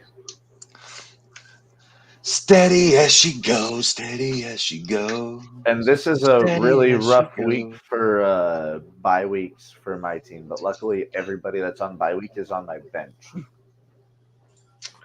Well, let's see here. Let's pull up the games for this week. Scoreboard. I played Deech this week. So, Maddie, you better be cheering for me, because if I beat him, that only helps you. Pet Spade and Neutered plays Deshaun Watts Sucks. That's going to be a big one for El Chico, for Landon. Bucks team ain't nothing to. Bucks team is one of the 2 teams that beat me this year. So Caesar plays Nashville FC. That's going to be a blowout. Watch the other way around that we think it is. Grey's Anatomy and Team Johnson. Who knows there? Dallas Doormats play Maddie. The Robo team and Maddie this week. Maddie, you're playing the Robo team. If I lose, if any week you needed a statement win. No, he got it last week against me. Let me trade with the. No, I whipped his ass. You need. Oh no, this week. You need your Broncos over Chiefs statement. We're still here. God damn it, win. I'm still standing better than I ever did. Dev, you've got to walk this week. You play the West Fork Virgins. They're 1-7. You're basically just gonna cream pie that bitch. 7-2, baby. And then Dave plays Loud and Stroud. Davey needs a win here. Davey needs a win here. Dave's on a 3 or 4 game losing streak. Yeah. I think it was just. I think after me it was 4 now. Yeah, Davey needs a win here, big time. But that's presently the state in the RAWBall Fantasy Football League. Our trade deadline is tomorrow at noon. I made a deal today with Davey. We shall see if anything happens. I'm in talks with another team this evening on a potential deal.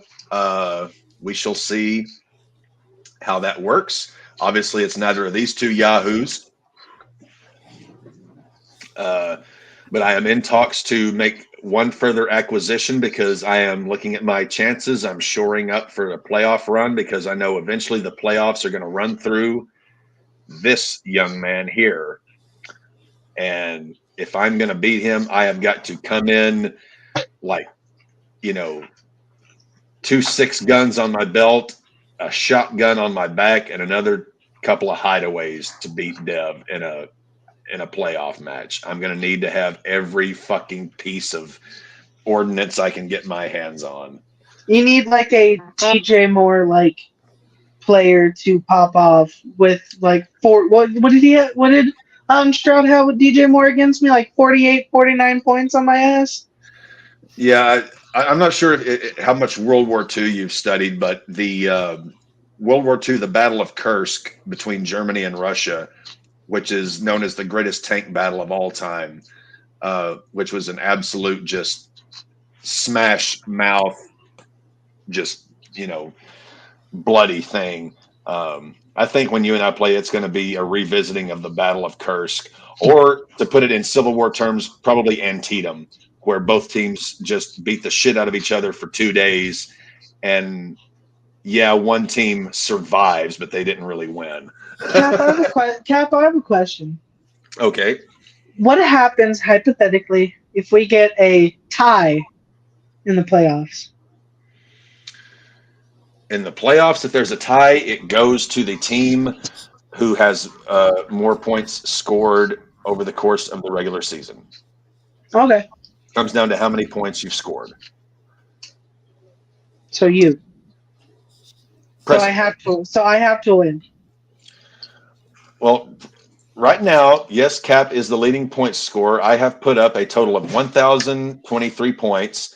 Dev is behind me in second place at 956. Okay. So yet we have the same record.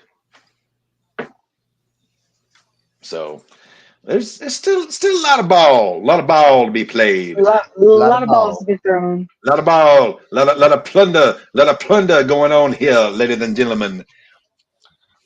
So we got 3 minutes left. Maddie, we got RAWBall goes red zone Sunday. Are you doing Greg Cherry this week? I am on Greg Cherry show. You're doing Greg Cherry. We got Thursday. we have the Sands of Time on Saturday night. Sands of Time on Saturday morning. Saturday. What time is that? Let me pull up. I think it's like 9 in the morning. I will be at work. Let me see here. Shit, come on. Work with me, Chrome. WWE Crown Jewel start time. So it would actually be 12 noon Central. So that'd be 11 o'clock your time. Do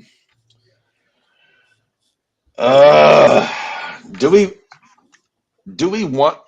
I'm kind of interested because I want to see Roman and LA. I want to see what happens. And if we're not here, we know Davey and Remy and them will be here.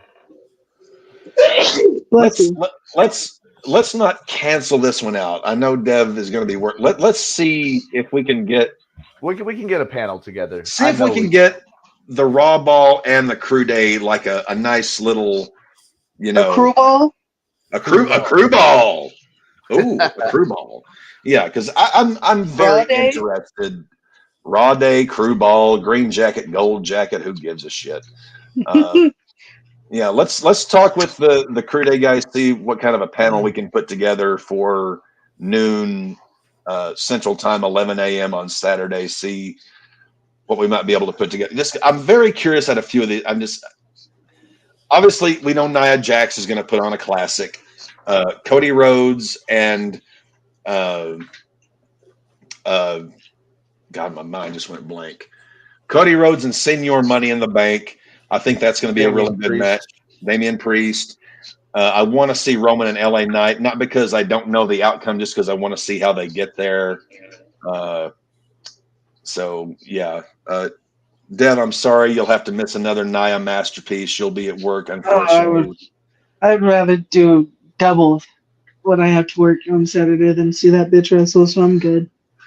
Yeah, Maddie, let's get in touch with Remy and Dave and see what we can maybe put together for Saturday. I would be interested in it because that's not too early for me on a Saturday. Okay. So yeah, let's see what we can do there. Don't you work on Saturdays, Matt? I do, but if it's around that time, I'll be getting off right around then. Yeah. So we could put something together. Yeah. So possibly Crown Jewel, Raw Day, Crew Ball, whatever. Sunday, RAWBall goes red zone. Maddie's going to be on Greg Cherry this week. Crew Day on Thursday. Crew Day on good God. We got a lot of recordings coming to y'all. Lot of doing, ladies and gentlemen, baby. But this is the point in the show where I remind everybody to stay safe, stay healthy, stay hydrated. Do not get arrested. And have a wonderful night. I'll see everybody tomorrow, and we will all see you all next time. Stay safe.